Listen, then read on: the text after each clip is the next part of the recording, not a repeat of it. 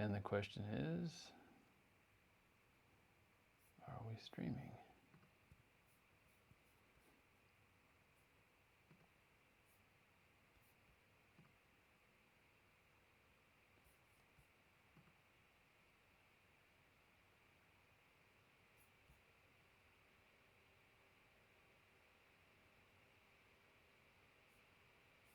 Okay, good.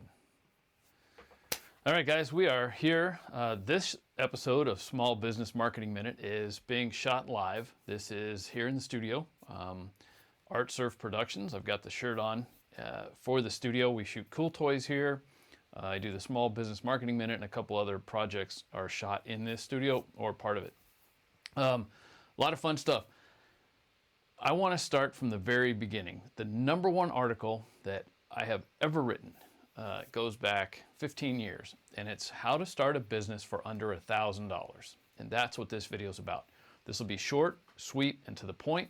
Unfortunately, in California this year, it's almost impossible to start a business for under $1,000 and have an LLC, simply because the LLC fees here in California alone are $800 a year. So, and there's an $800 setup fee. So it really costs you $1,600 to get started. Now, January 1st, there is a moratorium. So if you're watching this in 2021, double check it, make sure it's still in play. But Governor Newsom did promise a moratorium for 2021 for new corporations started in the state of California with no $800 tax. And that's a big piece. If you're outside of California, every state's a little different. I do highly suggest that step one of starting a small business is knowing what the business is. So thought I was going to tell you to incorporate. The thing about starting a business, especially for under $1,000, is you don't have a lot of investment in it, but sometimes that means you didn't really put anything into it. You didn't put any risk. You haven't done anything for your customers.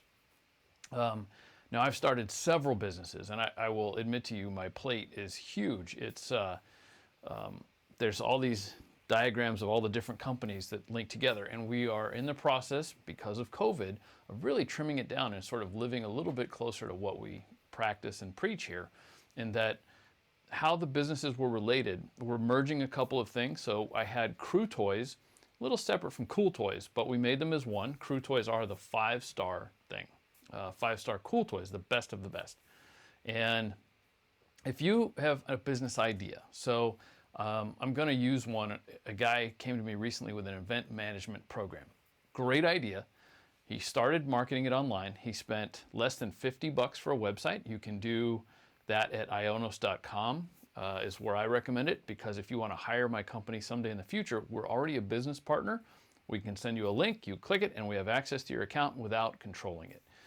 We have the access we need. Without being the administrators, we can't kick you off your own account, which there are some companies out there who will actually do that. So when you start your business for under $1,000, let's talk about home-based business, solo entrepreneur. You're going to sell widgets online. I don't know, we'll just call this little chip here your widget.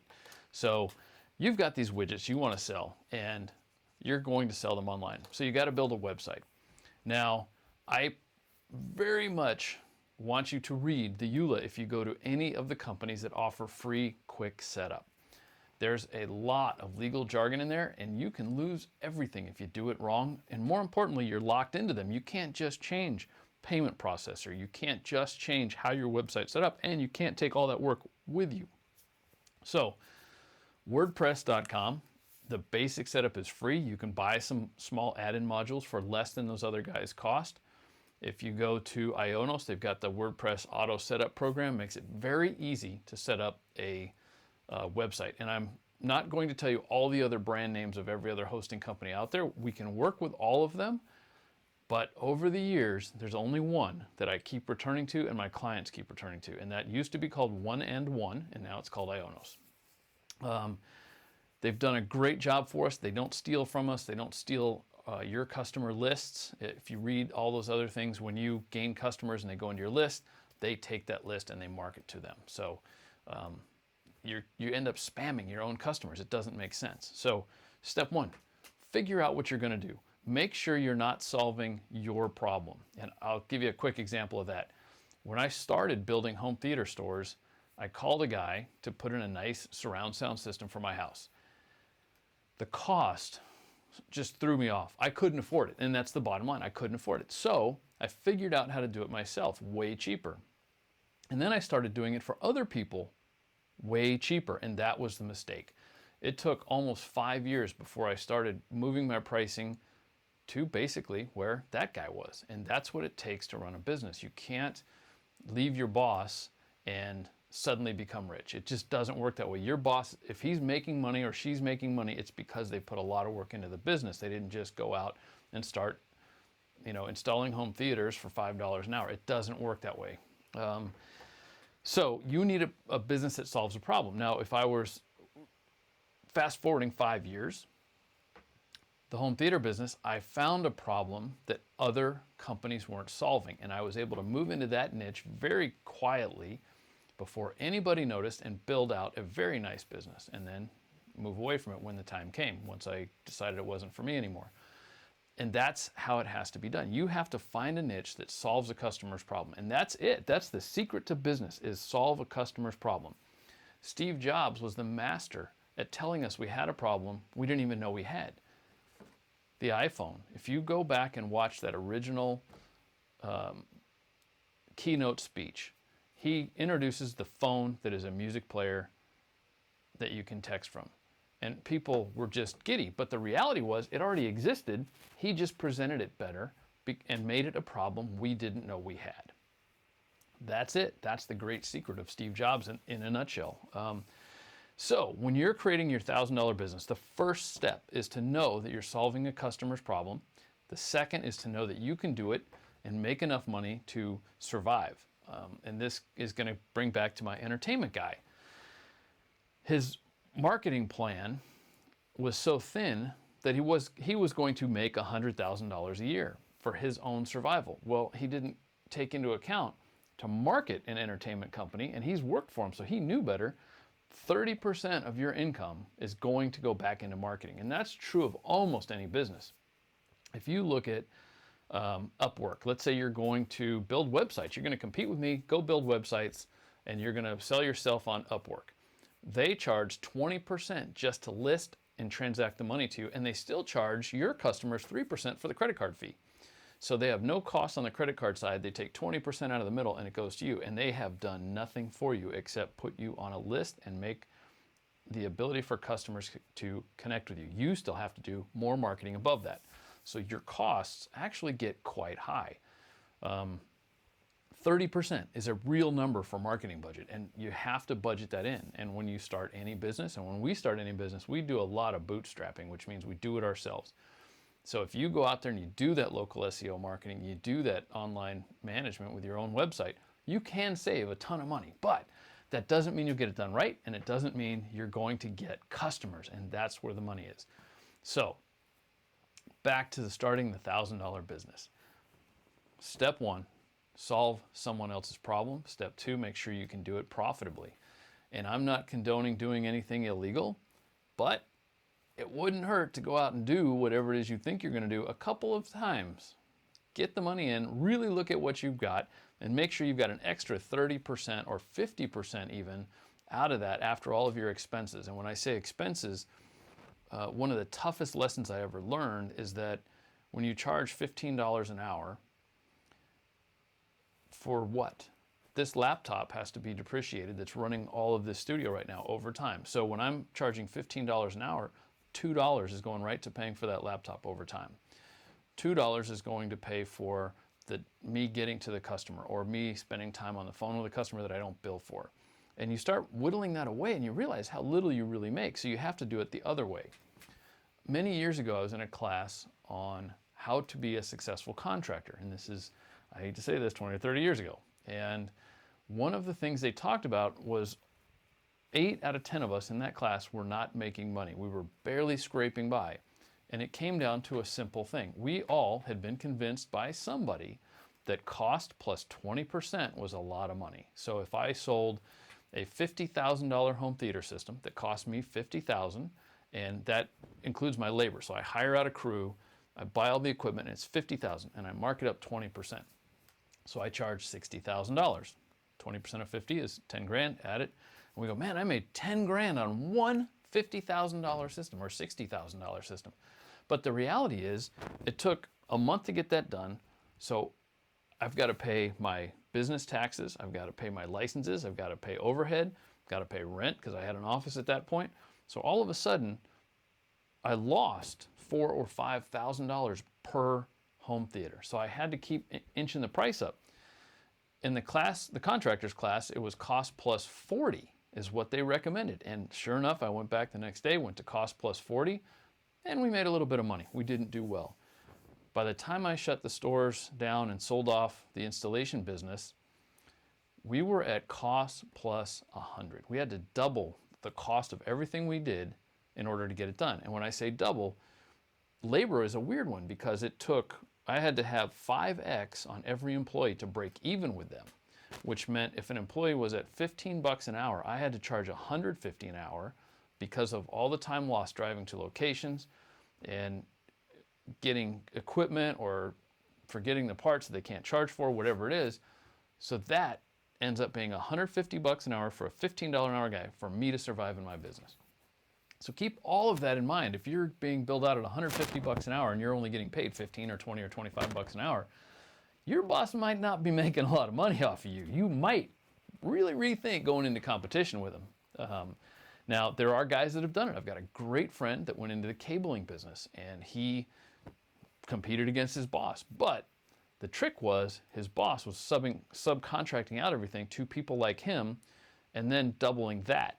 So he could divide it by 2 and take that money and still have a great business. And he wasn't really competing with his boss. He was competing with the subcontractors his boss was hiring. And that ended up being a good business. So now what does that have to do with starting a $1,000 business? We have an idea. We have a customer problem we're solving.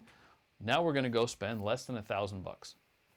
A business license in most cities is 25 to 50 bucks anywhere in the country. A mailbox, and I highly recommend you get a mailbox so it doesn't list your house. If you've ever Google mapped and you see like Apex Laundry Services and it's at somebody's house, guy maybe owns a laundromat, but he incorporated at his house because he was too cheap to go get a mailboxes, etc., or a UPS store mailbox for 300 bucks a year to hide from people. And it may sound funny, but you don't want that quarter getting jammed in the laundromat and having that guy come into your house. So when you do that kind of stuff, set yourself up. So in the $1,000, 300 bucks is for a year of a little postage box somewhere. So your mail goes there, your business goes there, you've got a professional address.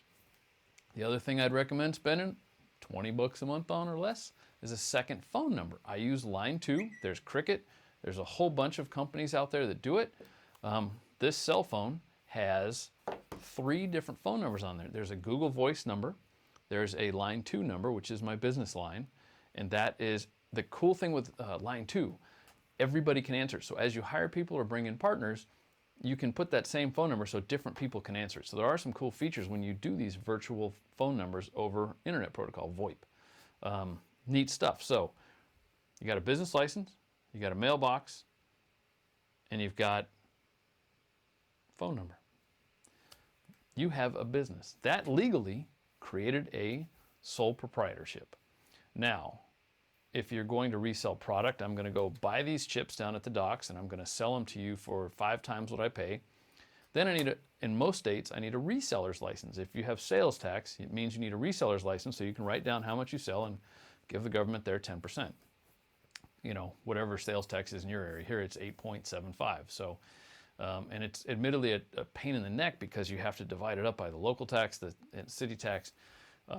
The tax authorities have not figured out how to make this smart. They really haven't. It's just politicians have not got it figured out how to make it better for business to create more income so that they can get more tax money without burdening the constituents. But that's it. You have created a legal business for under $1,000. We are at 300 bucks for the mailbox. Let's say 100 bucks. I'll go crazy. $100 because we're in the city of Los Angeles maybe for a business permit, and then another 100 bucks for a year of Line 2. So $300, $400, $500. We have not even hit 1,000. So why did I use the $1,000 number? Because you still need to market. I'm not a fan of business cards. I have them. I don't give them out. I think they're ridiculous. You know, contact sharing is a beautiful thing with smartphones. But Facebook marketing, get a page, your website, that might be. Now, again, I didn't put that in that first $500 because you may not need a website. But for under another $100 a year, you can host a website. So let's call it, now we're at $600. We've got a website, we've got a phone number, we've got a business address, and we've got a license. So we're legal. We're a legal sole proprietorship for under $1,000. And we've got $400 left to spend on marketing. Now, if you want, you can do a local listing program. And this is one of the great secrets.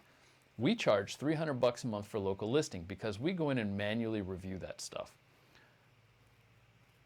For $30 a month at Ionos, they'll do 99% of what we do for you. That extra 1%, if you're that small of a business, will not make a difference and not necessarily justify the $270 difference in cost.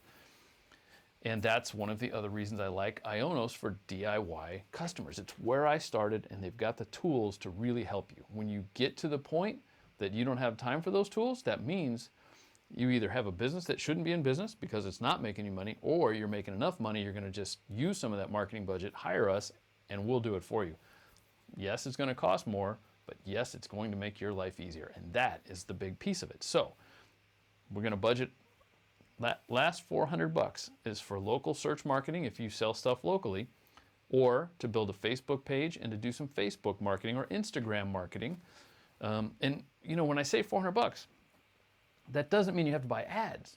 That might mean you spent $20 on a cool table to make this little card look pretty. I don't know, you know, we're going to find something and just make it look gorgeous. And there's all kinds of things you can do with that $400, but spend it wisely.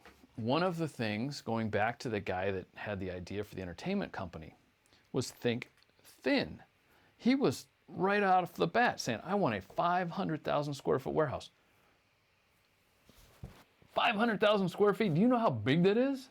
He says, yeah, I could host everything in here. Yeah, but where do you get that kind of money? That just doesn't make sense. Think thin. He could do everything exactly the same out of that little mailbox, you know, this big, stick in a key, get your mail. If he could go out and sell customers and get sponsors for these events, and he could lease that 500,000 square foot warehouse for 2 months when the event happens, not 12 months. And that is a massive difference in cost. And then he started talking about build outs, and then he thought he could rent the build outs. Well, that's great. Once money's coming in, then you can spend it. So spending money before you have it is the fast way to go out of business. So, you know, it's amazing how many people will say, well, I need a better laptop. I need a better smartphone. Well, you can't start a business for under $1,000 if you go out and spend $1,250, or what's the new one, $1,800 for a new iPhone Pro 12. That doesn't make sense. It's not necessary. So when you look at what you need to start your business, think thin. Like I said, $600, we've made a complete, a legal business with a web presence, a phone number, and an address. Under $600. That is how you start a business for under $1,000. Now, if you'd like to learn more about this and you want to join our Small Business Academy, we call it Owner's Play, because owners play. I work hard, but I play hard. So I'm very focused when I'm at work. I try to get more done in 3 hours than most people can get done in a week, and I'm out of here. I'm going surfing. And if you watch Beach Street News or Cool Toys, you know I'm out goofing off surfing. That is, in my life, there are shoes for work or working out, and everything else is play.